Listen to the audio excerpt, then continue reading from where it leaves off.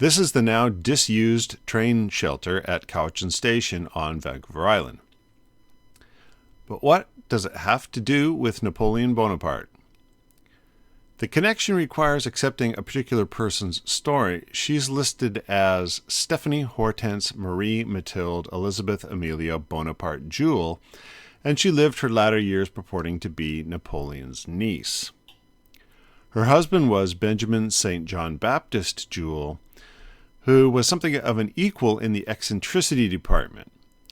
After Ben's first wife died, he had himself rebaptized at the age of 27, adding the St. John Baptist as a middle name and distinguishing himself from his father, Benjamin Jewel Sr. of Salford. Now, the name might sound familiar from science class because our Ben's brother was James Prescott Joule, the physicist, after whom the unit of measure is named the joule.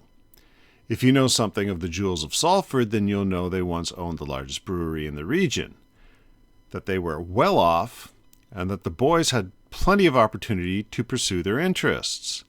In Ben's case, that meant cataloging hymns and playing the organ at the Church of the Holy Trinity in Manchester.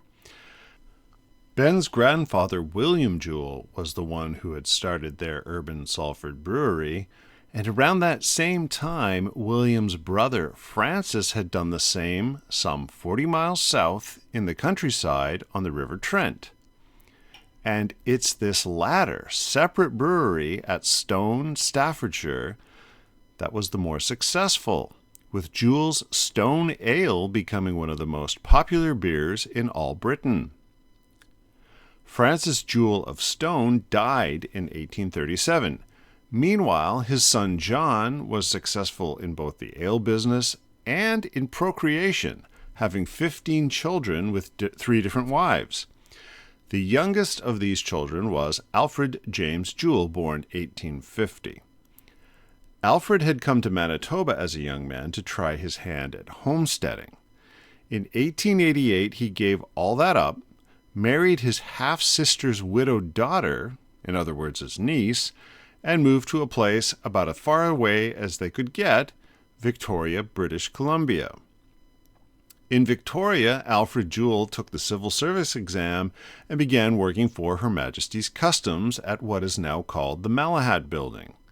He also added 5 children to his own family while living in James Bay.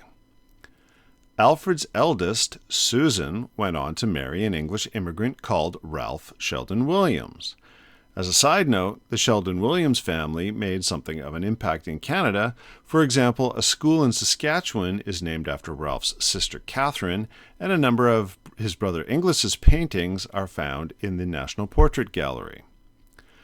Ralph Sheldon Williams evidently wanted to recreate his childhood home from Elvetham, Hampshire, called Woodside.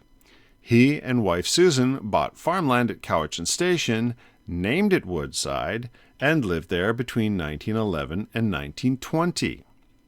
This was, of course, the time of the Great War, and the steam train was king of transport. Of the dozens or hundreds of times that the Sheldon Williams family of Cowichan Station waited at this little train shelter, did Susan Jewell ever ponder Napoleon's life? We can never know, but we can know that her second cousin, Benjamin St. John Baptist Jewell, was apparently married to a Bonaparte. And that's how Cowichan Station connects to Napoleon. Unless the woman who claimed to be Napoleon's niece was actually an actress with stage name Eliza Jane Hall.